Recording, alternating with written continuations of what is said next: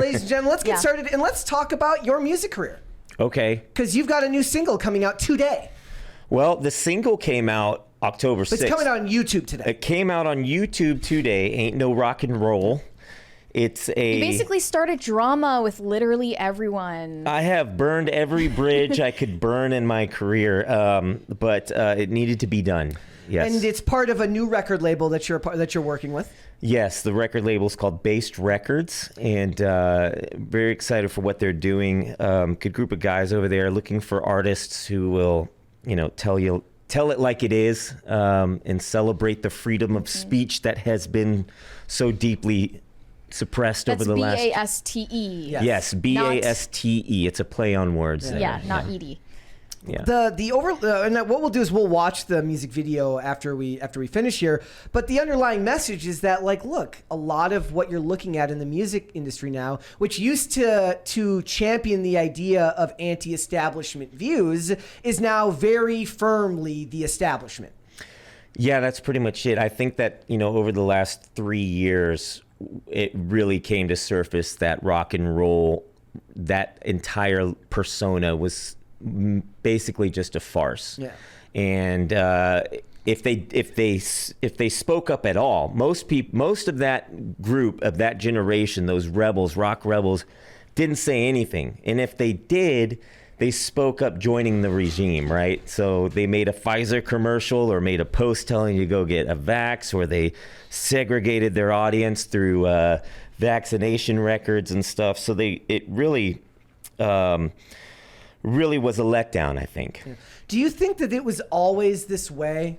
Let me rephrase that. So back in the day, I feel personally that it was a lot easier to be anti-establishment, and it was a lot easier to not fall in line when the internet wasn't around and you weren't essentially communicatively bullied by the public when you didn't hold their view. So it was if you're touring, you're going to your concert, you're going to your shows, you're meeting with fans, you're essentially talking with people on a one-to-one basis or in a crowd dynamic where it's a performer audience dynamic back and forth, right? Now you have people who come at you online and it's a completely different, it almost levels the playing field. Mm-hmm. And that the people that disagree with one, they wouldn't have known what your views were on this stuff back in the day anyways, because it just, where would they learn this stuff? Because people didn't feel the need to share all this thing. Do you think that the industry was always kind of going to fall in this way once it became so easy for people to share their personal views?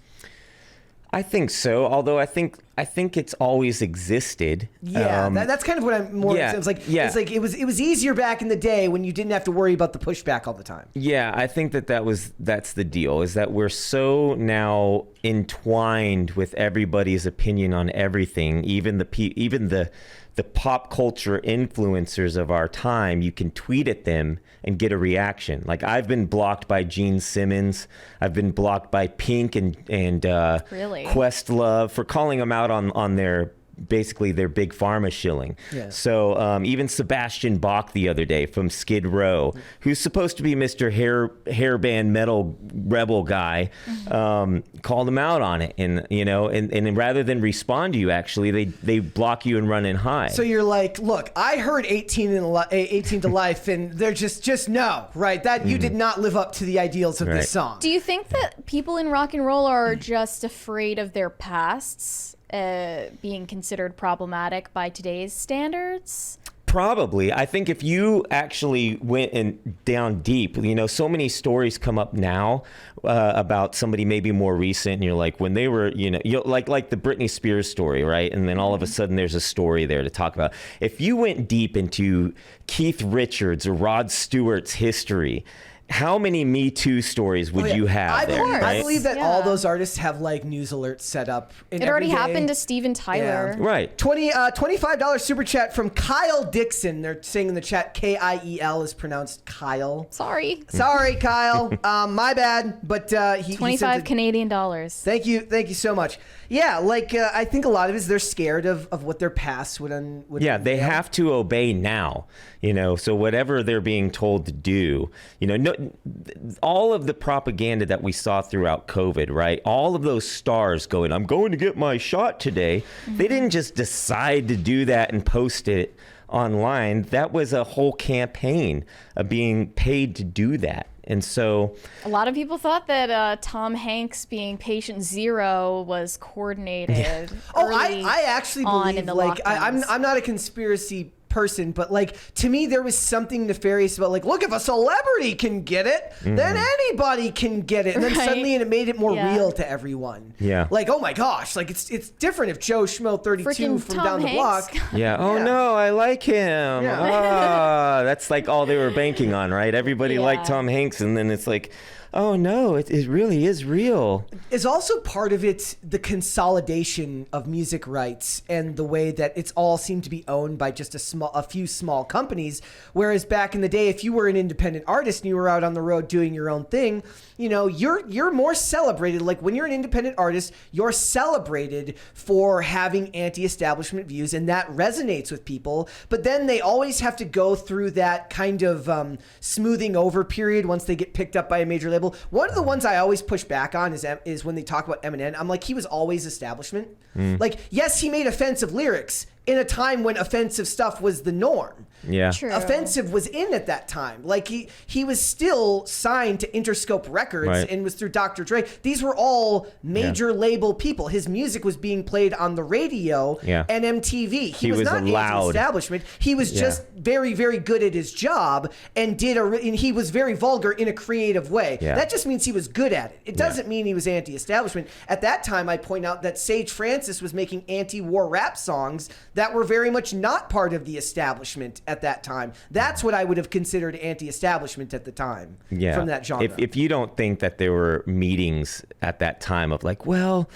you know, what if Marshall actually sang this instead? Do we really want to go there? Like, those conversations happen behind the scenes because they have to make money. Yeah. And at that time, controversy for the sake of, Marilyn Manson, controversy for the sake of controversy and being over the top was very, very profitable in a way that it just isn't anymore unless you're underground or less mainstream. Hence Howard Stern becoming the COVID shill that he is today. Exactly. He used to be the radio shock jock. It also, to me, it just feels like music, like so much of music has changed. We were talking about the way that people like get music now. Like, now you're releasing, so this is a digital release and people can find it on all these platforms, but it was just very different back in the day when you had to get actual physical albums. Yeah, and we actually, what we did with this song was we have a 45 record that you can get of the song on the website, and I've tried to retain that with my own music, is continuing with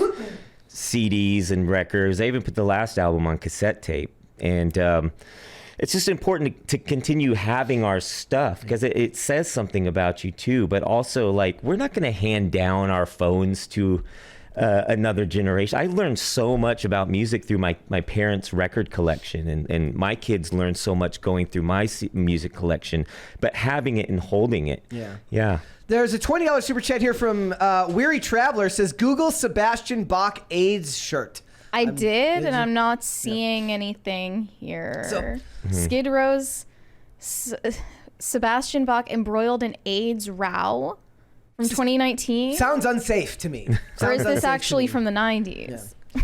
So here's a story for you, right? Because we were talking about the different genres. I was talking to you before about how, like, different versions of songs seem to leak out back in the day, like when everyone got their stuff a certain way. So when you came on the first time, back when the year was 2007 or 2008. So I was visiting a girl who went to college up north in the state of Minnesota, and the song "Better with You" was out at that time, and would listen to it on my iPod going to and from. You know, she loved that song. She loved all the stuff from that. What year did that song come out? 2006.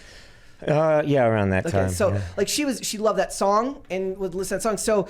So. Two things. One, like, I've been sober for quite a few years now, but that was one of those songs, like, right before I fell into a lot of the troubles. And when I got sober again, one of the big things was, like, you start really finding music again when you're able to emotionally connect with it again. Because when you're numb from drug use, like, it can, in a lot of ways, kill music. Like, it doesn't have the same effect on you, especially the emotional stuff that's actually supposed to, you know, like, raise an emotional chord with you. So when, like, last year, like at the start of the year, I was like looking for that song, but I couldn't remember the name of the artist. And when you looked up Better With You on YouTube, it did not come up. There was like 4 other songs that would come up and all this other stuff that would come up before then. And I never was able to find it. Then the day that you came here and I saw the name, it immediately clicked right away. I was like, oh, holy crap. And I looked it up, That's right? funny. And I looked it up and I didn't even I just typed the name of the song in and it came up instantly. Didn't even type the name of it. So it doesn't make any sense. It was almost like because you were in the same, but like proximity meant that like now YouTube's like, oh, you mean this one? He's going to be on that show. No idea why, but it showed up without even trying the second time. It knew from the coordinates on my phone. And it was like, oh, they're looking for 5 times August Better With You. It was crazy. Okay, I have a question. So we were mentioning you're just here like 6 months ago for the Culture War podcast. And on that, you and Tim talked about the fact that you've both been booted from Bandcamp. Yeah. And I don't use Bandcamp. I don't know a lot of people that do, but a lot of your listeners actually were saying they couldn't listen to you anymore because that's where they used to listen to your music. Right. So you were banned unceremoniously, no warning, no reason given. Right. Tim had the same happen. And you guys were talking about suing Bandcamp for copyright infringement, earning money off of your music, withholding money, and not giving you the payouts that you were owed from people listening to you on there. And they were buying your music, not just streaming your music, not renting it. Right. So whatever came of that, did anyone ever sue Bandcamp? I know you two weren't also the only ones. Yeah. Bryson Gray also had that happen to him and others. So when you write Bandcamp, they don't write you back. And that's the number one way. They just don't respond. Just act like it never happened. Yeah, that's exactly what happened. So so that was weird because I had been on that platform for like 10 years prior to even speaking out, through the latest music that I had been speaking out through. So somewhere behind the scenes, somebody was like, oh, I don't like them, I guess, and removed my stuff. Like I logged in one morning, like I was logging in regularly, check on sales and stats and stuff. I log in the next day and my entire account was like wiped clean. Like the account didn't even exist. I had to re-register my name and everything.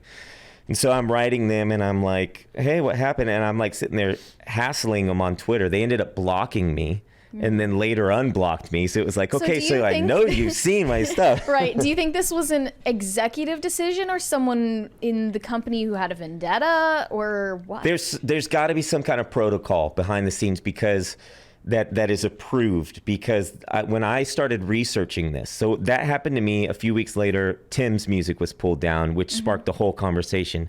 And I started going down a rabbit hole. I found other artists from like 5 years ago that were talking on Reddit, like my music's been pulled. And then since then, I've had other artists, say, the same thing happened to them. So behind the scenes, now, granted, I will say this, a couple days ago, karma has come to bite somebody in the butt over there because they just let go of 50% of their employees over there. So they've just cut out a new deal with whoever it is that was acquiring them. Well, they were owned by Epic Games. Yeah, that's right. What was the you said you found other artists on Reddit like from years before who had gotten booted? Did they say why? Did they know why? It was the exact same situation. Political. Like I think it might have been from this song or this lyric that said the word Nazi in it or something like that, Okay. So, and unless that exact lyric is Nazis are bad, then you'll get banned on Bandcamp. Yeah. So who owns them now? I think it's still Epic Games, but I think they're retooling the platform or something. But they just cut 50% of their employees, which I would hope that it's whoever was behind the scenes making those calls. So you still had no explanation given to you? I still have no explanation. No payments? Nothing. And that's the thing, like when you're checking every day because you have income coming in and then one day they just cut you off. Then you're like, well, what do you have behind the scenes that you haven't paid out to me yet? That becomes problematic. And also like, oh, now you're hosting my music on the other end somewhere and I don't want it there anymore. So give it back. So that's... So like, do you and these other band artists have plans or even the resources and time to actually go after them legally for this? I started talking to a lawyer shortly after the Timcast thing. I think Tim was talking to somebody too. But, you know, it just sort of ends up fizzling out. But what I would really like to do, which is within my power, is to go to Bandcamp myself and live stream like a concert out front. And just what Laura Loomer did with Twitter. Just handcuff yourself to the front door. Yeah. Give me my royalties and just be sitting there. That's a good idea. Well, that was the other thing. So are you doing live venues again? Are you performing again? Yeah. So that's becoming a more regular thing again. I've done a lot of rallies and events the last year or so, but like the artists on this side of the aisle that have been speaking out we all sort of know each other now and are becoming friends and collaborating on projects, and I think like we're all sort of ready to go out and do some shows together. One of the things that breaks my heart about stuff like this is it creates the need for that to even be a thing. Like that it creates the need that you have to then that people need to self-segregate and create these new kind of groups when everyone should be able to agree to, especially when you bring something like music into it, which is so unifying for so many people. Like you'd think that something like music could be the great unifier and allow people to work together even if they see the world differently. Yeah, well, that's what's so heartbreaking is that we saw segregated audiences in the concert arena the last several years. And as far as I know, everybody that I've met and connected with that has been speaking out. I'm wearing the Defiant shirt today, by the way, which is like a super group of guys that got kicked out of their bands. Yeah. Pete Parada from The Offspring. And he's fantastic. And he plays on the new single that I just put out. But we are all coming from the mindset of, you don't have to agree with me. Yeah. That was us. But somehow the rest of the industry decided we're not playing that game and you're out. I think it's the corporatization of it, right? It's like there's so much of the political agenda is baked into the corporate policy now. On top of the fact that the industry is very left-leaning, and left-leaning has now been pushed so far one direction. Like you said before, it's all far left, and then everybody else is a Nazi. Right, pretty much. That's sad. It's the way it goes. I mean, and I do think that Big Pharma has their hand across a lot of the industry. There's Ice-T.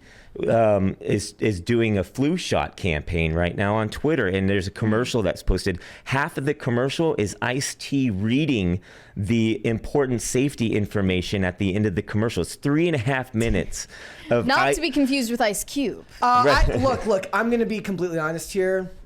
I'm going to give Ice-T a pass because no, we love Ice-T. I'm willing to give Ice-T the pass here because he's funny on Twitter most of the time. I'm not going to take his shilling for whatever. We might criticize his wife for having an OnlyFans, but I still love Ice-T, so I give him a pass on that. Thanks for watching. Listen to full episodes of Pop Culture Crisis on Spotify. Keep up with us on social media and make sure you subscribe and ring that bell so you never miss the show. Bye, guys.